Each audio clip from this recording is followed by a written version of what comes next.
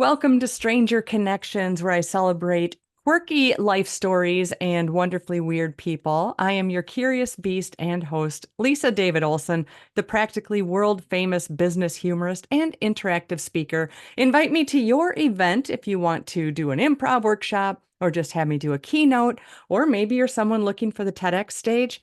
I'm your gal. So today I am going to dabble in the world of trauma, coming out of trauma, and what it takes, where you've been and where you're going, with my lovely guest, Lauren Pryor, who is a trauma therapist. And she has a unique backstory that fits this show just right. Welcome, Lauren. Hi, thanks for having me. Yeah, Great that you could make it today. So you might as well, you're in Colorado, right? correct. Yes. Okay. So my new friend from Colorado has a very interesting story. Let's just get into it. Yeah, sure. Yeah, kind of the big major point of the story that's crazy is that I lost my husband, my first husband, and then 3 days later I gave birth. Which was a wild ride, as I'm sure you can imagine, to experience both death and very unexpected death and life in the same week. Oh So, my gosh, the hormones are happening. And I mean, and then that was your first baby? yes, Not that it's not unique every single time, but that's a whole lot to go through, and you made that. Do you share what happened to your husband? I do, and so the short version is that he died in a car accident because that's Mm. absolutely true. The longer version is that there were lots of complicated things that went on in his life, in our marriage. It's a wild story, and that's why I'm actually writing a book to tell the whole story because there's a lot more to it. Even that one night is sort of the big, him dying and me giving birth kind of becomes the peak of it, if you will, but there's a lot more to it. So just, Yeah. yeah, it's a lot. A vehicle accident. So it sounds like something else was happening. Is it something that led to the vehicle accident? Yeah, so my first husband battled addiction for many years. And the only reason sometimes I get hesitant in sharing that part of the story is because I fear sometimes people's quick, immediate reaction to judge him or judge me, Hmm. or to dismiss the grief or to dismiss the trauma, even because of the addiction. It's like, oh, well, that was his fault, or Mm. um, whatever it may be. And so it's one of those things that I always want to be able to give that full picture of who he was and our marriage and our love story and just the grief that I experienced in spite of just really the hell that we had been through and with his addiction and battling that. He was someone who is a very high functioning addict, and I use air quotes for that because uh there's no such thing really when it comes right down to it. But on the surface, nobody knew. Everybody thought that he was well loved, well liked. He had a good job. He was, nobody knew except for me. And so something that he battled behind closed doors. And it did, in fact, lead to his death, ironically. He was going to rehab the next day. So he died on a Tuesday night. He was going to rehab Wednesday morning. And I think in true addict fashion, took what he had left, which wasn't much, but he knew he was going to have to give it all up and took what he had left. And then he got in the car because he wanted ice cream and never made it home. Wow. That is so much. That is just so much. And you being coming out of it, how many years ago was this? It's been 6.5 years almost. Yeah. Yeah. That's still so recent. Oh, Lauren.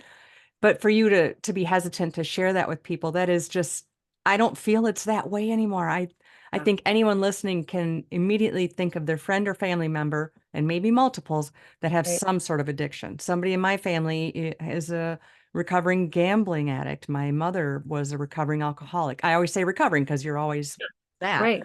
Right. And I know other addictions. And okay, I'm a coffee addict and Yeah, not as right. serious, Me too. but truly, yes, yes. Yeah. And there are people with food addictions and all the things. I just feel that with your story, that makes other people feel it's okay to share theirs. Like Yeah, when I exactly.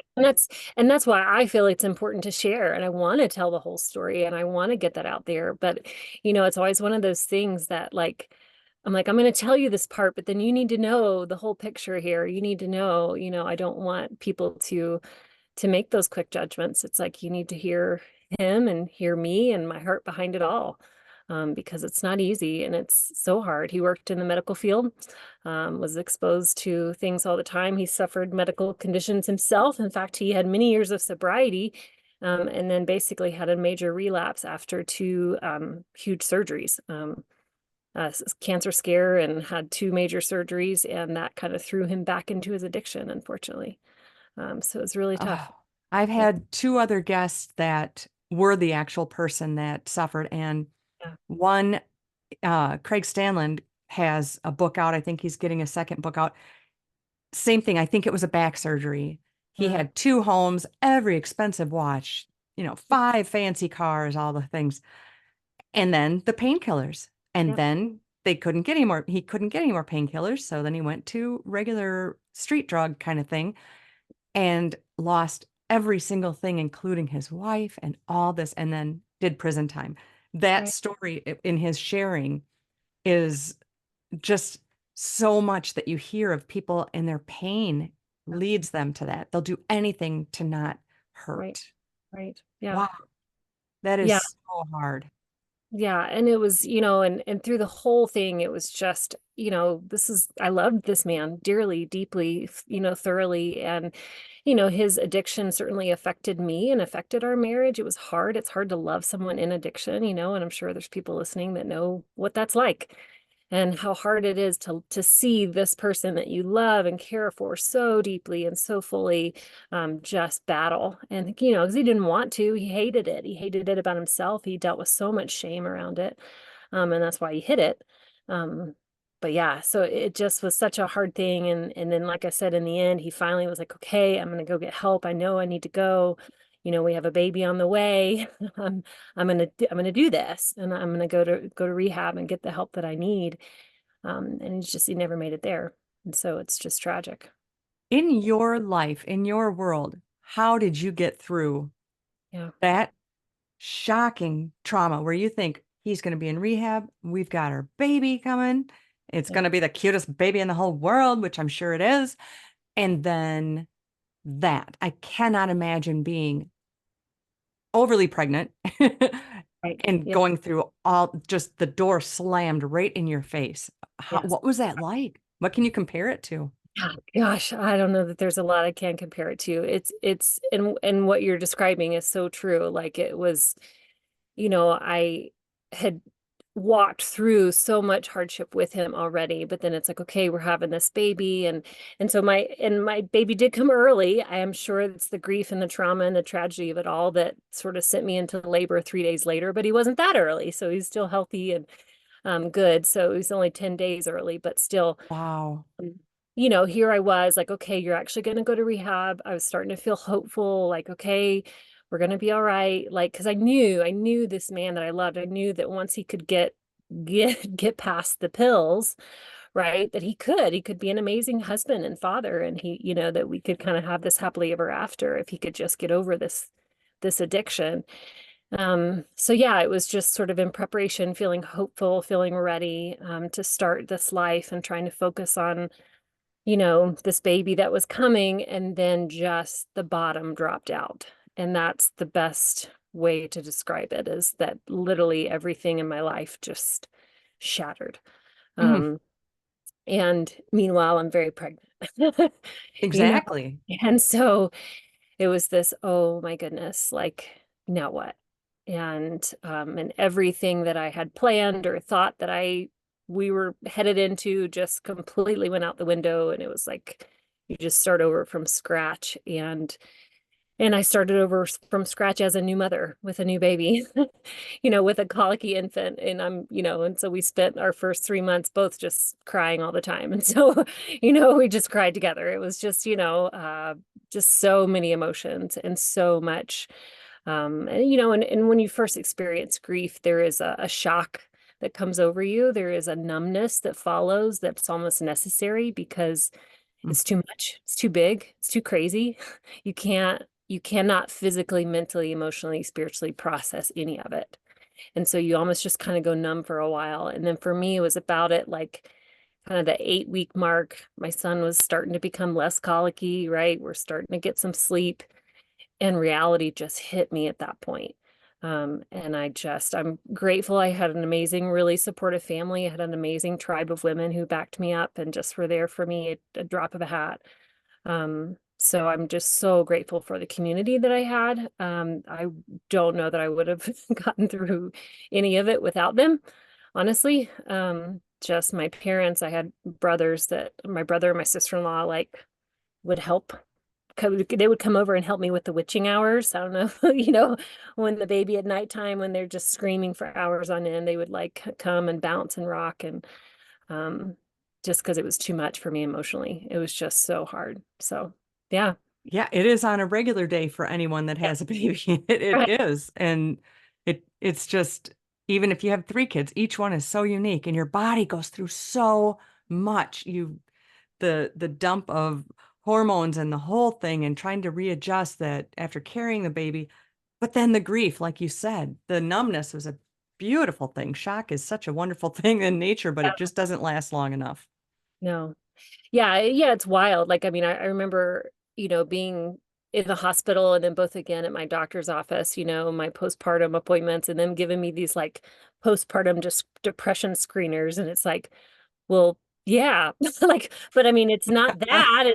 It's like, what do you expect? It's like it put everything in perspective for me, honestly. I don't know that I experienced a lot of true postpartum depression because I was experiencing grief. Like that was big enough to carry all of it. Um, Right. and And you're so, going, what, your scale only goes to 10? You guys are right. amateurs. But in many ways, having my son was a beautiful thing. Like in some ways, even though the timing is tragic and as awful as it was also like perfect, Mm, because I had this baby that needed me. I had this little human that was relying on me. It's like I can't lose it too much. I got to keep it together. And then I literally, quite literally, had a piece of him, what I just lost. mm. And it's like I got him back. I mean, and not really, and I don't necessarily believe in incarnation or things like that, but it's like I have a part of him, his blood, his DNA is in this little boy. And I now have this little baby to connect with. And so bonding actually was quite easy, really, for a new mom and dealing with all the postpartum stuff because of that. I was able to breastfeed, which I'm so grateful for. Um, just all the oxytocin and all of that was amazing. And so, but it was a wild ride. I think we grieved together. And I talk about that some, I know it seems wild to say that an infant can grieve, but I think he did. I think they can. Um, Mm. because it's still that was still his dad, and he still lost him and he can't process that on a logical level, but there's something innate, right? Just in the same way that we're connected to a grandparent that we never met sometimes, Yes. there's a biological connection that kind of spans beyond the physical realm that we know. Well, and the baby hears the people Right. before they come out. That's proven. They hear the voice, then that's how they know their parents. That's all the things. So I can't Yeah. imagine. And looking back at that darkest, toughest time, Yeah. somebody might come up to you and say, what can I do? This Yeah. XYZ just happened to me. What can I do? What advice might you pull from that? That was the one thing that helped you through it. Yeah, I talk a lot about this now, being so many years later about just like, okay, how to help other people who are grieving, who are suffering, right, who are dealing with hardship because I had so many people say, let me know if you need anything, right? And no shade to any of those people. I know they were coming from a really good place of caring, right? But not once did I ever call on any of them or give them anything to do. And part of that is that I don't even know what I need, right? I'm in such a fog and I'm just surviving minute to minute, hour to hour. I don't know what I need. I don't know what's happening in the next minute, right? Let alone be able to articulate what I need and be brave enough to ask someone for it, right? Like that being able to ask for help requires bravery and requires, being able to kind of articulate that and advocate for myself. And I just was not in a place to do that. And so honestly, the best thing that anyone ever did was just be there. Just show up, just be there. And it's not about what you say, because there is nothing to say. And it's not about having the right thing to comment on, and there's a lot of people that make really awful comments, right? And they're trying to be helpful, but they can say things that, especially in my situation, right? And losing someone with addiction, there can be a lot of things said, a lot of things in the name of religion and things like that that are said that are actually quite hurtful. But the best thing that anyone said is just, gosh, I'm sorry. I'm just going to sit with you and let you cry, right? I'm just going to sit here and let your tears come, that your grief and your emotion is welcome in my presence. And that is a huge gift that doesn't happen enough, right? People immediately jump to try to comfort or to try to cheer people up. But all that really tells me is that your grief isn't welcome here, is that you're making me uncomfortable. And so I need you to stop, right? Or I don't know how to process this trauma that you experienced. And so I'm uncomfortable with that and I don't know what to do with it. And so I'm like, yeah, me too. And so having a welcome place to just be able to cry and process and allow my emotions to be present was a huge gift. Dang, that made me almost cry. Yeah, because you want to say, yeah, I'm just right here. I'll be on your front doorstep. I'm going to hang out for an hour. You need me. That's where I'll be. I think that is so well said. Yeah. When my mom's husband, so my stepdad passed, so Yeah. many people are like, we're going to go out. You just call me if you want to do lunch. And my mother said something so similar, and this is decades ago, where she said, that was during my time of processing and being in shock and just being numb. Where are they now? She was able to verbalize that in the sense of 6 weeks, 2 months later. She goes, where are they now? I don't want to call them. They haven't reached out. So now I'd feel stupid going, hey, remember that lunch invite? She goes, all of that happened that day, I need now. And I was like, wow, we all need to hear that. Yeah. Yeah. So true. In fact, the other day, a friend of mine, a friend of hers lost someone, not someone I know, but, and so we were talking about this very thing about her trying to help them. And I was saying, yeah, like there is such a shock and a numbness. And like I said, for me, it was like 8 weeks later. And that's right around the time that everybody disappears. Like all Yes. the meal train stops and the people stop coming and nobody shows up. And that's the time that it hit me. And I just really grieved hard and nobody was around.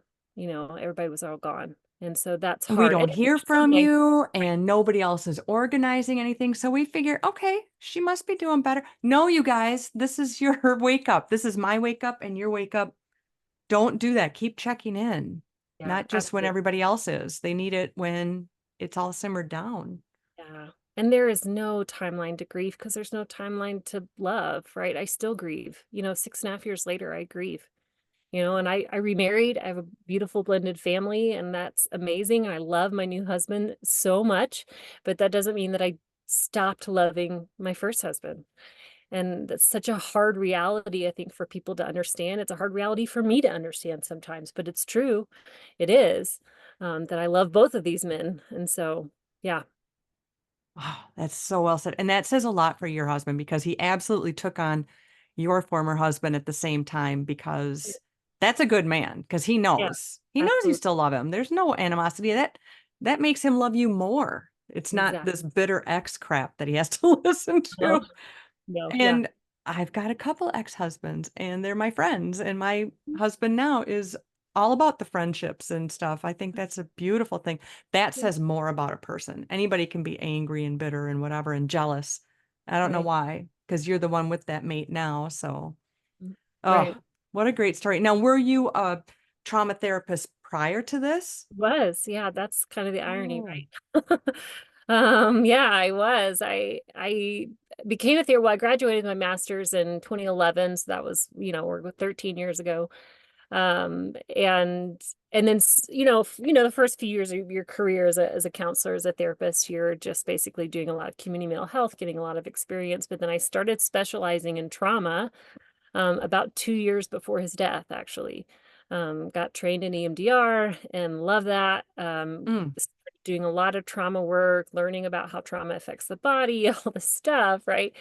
And that's sort of the irony, of like, in some ways I look back and I think, man, like, maybe something divine was preparing me for what was to come, that, and I don't know, I say this to people. I mean, yes, did having all that knowledge and information, was that to my advantage? Yeah, to some degree, sure. Right. That I knew what to do. I knew, sort of the ways that this was affecting me. And I knew some ways, some healthy ways to do it and some not healthy ways to do it, Hmm. to grieve, that is rather. But it didn't make the actual doing it any easier, right? Like you still have to walk it No. out. Like it's still trauma, it's still grief, it's still the journey of it is still just as hard no matter what. So yeah, Yes, and time can heal, but like you said, it can pop out of nowhere and yeah, it's always going to be there. But the fact that you had a little bit of training underneath your belt and how strange that you had that field already going, that is really something to be said. yeah. So you're writing a book, you said, Yeah. hmm and Yeah, writing a memoir, just about my story. So talking about his death, his addiction, and our marriage, our love story, and then just what it was like to grieve and be a new mom, and then sort of my happy ending. wow, that'll be a great, great book. So you keep us updated when that comes out. Yes. And meanwhile, before I can let you go, I need to know if there is a dare or prank story, one you have done or had done to you, because we all want to know. Yes, yes. No, like I said, I was debating, okay, what story do I tell? I have a good one. It's pretty great. So in college, I lived with five other girls. We rented a house off campus, and I lived with five girls, which you might think was a disaster, but it was actually some of the best time of my life. Like we had Oh, so much fun, and I'm still such close friends with every one of those girls. In fact, they all showed up for me in my time of grief. It's amazing. wow, that's So really cool. yeah, many years later. But so we lived in a house of all girls, which was super fun, and we, had a great time. So this story happened when I was living there with them. So we had five roommates. Two of the girls shared the master bedroom, which was on the first floor. Well, one of the girls that was typically in that bedroom was gone. She'd spent the night with a friend, or I don't know, I think she was with her parents. I don't know where she was. Anyway, she wasn't home. So then I get woken up at like 1 o'clock in the morning because my other roommate, the other one that was downstairs by herself, comes up and wakes me up, and she's like, Lauren, I'm so freaked out. I'm really scared. I heard some people outside. I thought I heard something hitting our house. I'm really freaked out. I'm by myself. And I just think that she's dreaming, or she's like, oh, you had a bad dream. And so I just said, well, do you want me to come downstairs and sleep in Hillary's bed? She's like, oh yeah, sure. That'd be good. So I was like, okay, fine. So again, I just think she's making it up. She had a bad dream, whatever. So I go down there, I get into bed, we turn off the lights, and no sooner have we turned off the lights than I hear something hitting the house, and I hear people running outside. And at this point, we're like, oh my gosh. And we are scared for our lives. We crouch down in between these two little single beds. She grabs her phone, and we're about to call the cops, right? We're about to call 911. But then we remembered we have two other roommates upstairs. And so we said, okay, here's the deal. We're going to grab our phone, we're going to hold on to each other, and we're going to run through the house as fast as we can and get everybody in one room. We're going to lock the door, we're going to call the cops. So this was our plan, because we were literally scared for our life. Someone's about to break into our house and rape and kill us all. I mean, we were terrified. We've seen the Uh, movies. yes. So we're like, okay, ready, go. And so we're running through the house, and we run up the stairs, and it was summertime. And a lot of times in the summertime, we would have the upstairs windows open, just to have air circulation in the house. So we're running up the stairs, and there's a window at the top of the stairs that had curtains on it. But the wind blew just at the right time to where the curtains parted, and I saw the toilet paper. At that Oh, point, I knew exactly what was going on, that all of our guy friends had come and pranked and toilet papered our house. And so my intense fear turned to intense rage, and I then busted through the door of my other roommates, who was fast asleep, and I run to her window, which is on the front of the house, and I just start screaming, and we start seeing little boys move like ants. And they are running around and freaking out and trying to pile in their car and zoom off. And then we go downstairs, and they've tied our door shut, and we can't even get out. oh Um, my. They So thought of that too. yes, and they had put big black trash bags over the windows, and they had put toilet Wow. paper everywhere. They had, all kinds of stuff in Ooh, our. they liked you. I know. So it was quite dramatic, and it's a funny story because we really thought we were going to die, and then it was just And you totally. say you're still close to those gals. So did you all talk about that when we were all fighting for toilet paper? Like, dang, we should have saved all that TP I, for I COVID. know, right? I for years later I said, so there was one guy, there was like five of them that had all piled up and done this, and there was one guy out of the five that came back the next day and helped us clean up. Oh, And to this day, I'm like, you're the only one I have respect for of all those people, of all those guys that came, because he came and helped us. He like got up on the ladder and helped us get it off the roof, and oh, he's got a good mama. yeah, yes, I'm sure he does. Yeah, That is a fantastic story. I appreciate you sharing your yeah, whole story. Your book is going to be one that people will go toward because, thank coming together through grief is just so different and there really aren't a lot of words for it. But yeah. when you write your book, be prepared. People are going to want to share their stories with you as you've already learned. It's kind of interesting how we seek each other and we want to share stories. So I really thank you for sharing yours. Yeah, thank you so much. Thanks for having me. I appreciate it. Yeah, well, I'm honored to have had you on our show today, Lauren Pryor. And remember, we can only be strangers once. And I Mhm. invite you to stay weird. Awesome. Yeah,